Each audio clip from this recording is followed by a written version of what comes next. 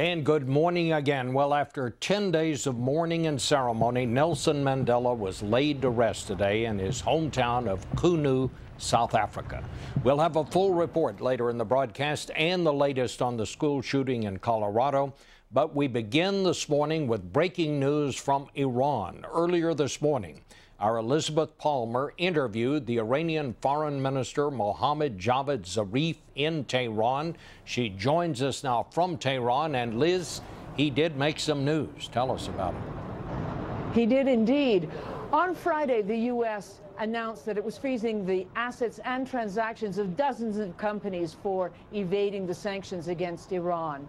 And just at that time, there were Iranian diplomats in Vienna putting the final details to the Geneva Agreement on Iran's nuclear program. Well, when they heard that announcement out of Washington, they cut off the talks and they went home. And people wondered whether that meant the deal was dead. Well, the minister told me this morning it's not dead, but he personally felt blindsided by that U.S. announcement. Did the U.S. let you know what they were going to do on Friday, or did it come as a complete surprise? Probably a few minutes before the announcement, our people in Vienna heard about it. But I don't think that was useful, because by the time they conveyed it to us, the announcement had already been made. Who told you? Our people in Vienna. And what was your reaction? That this is a very wrong move. Were you angry?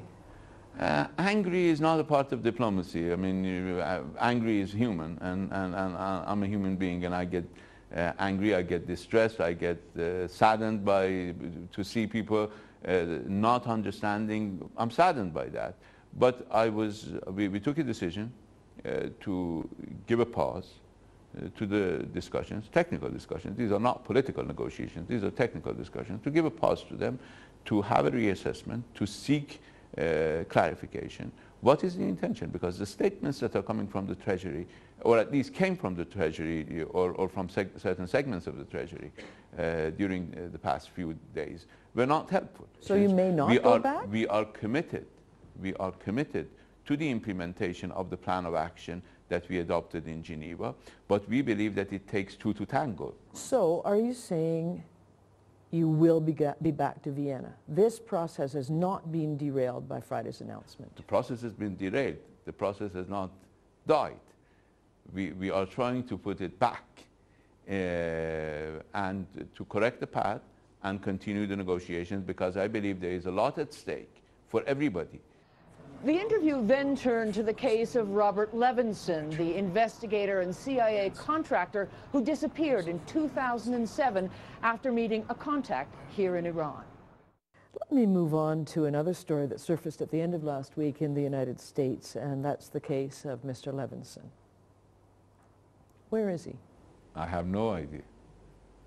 Your security services, very professional and very good, have done an extensive investigation according to your government. What do we know about that last day? What were they able to discover about?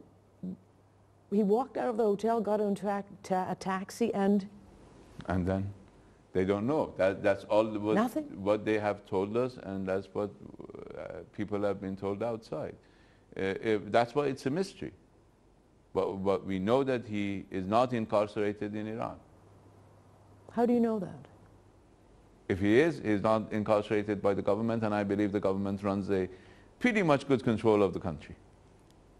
If he did surface here, could you give him back to America now that we know his CIA connections?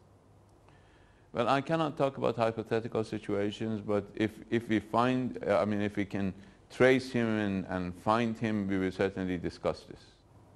So it is possible? Everything is possible. But I'm saying that we have no trace of him in Iran. Elizabeth Palmer with the Iranian Foreign Minister.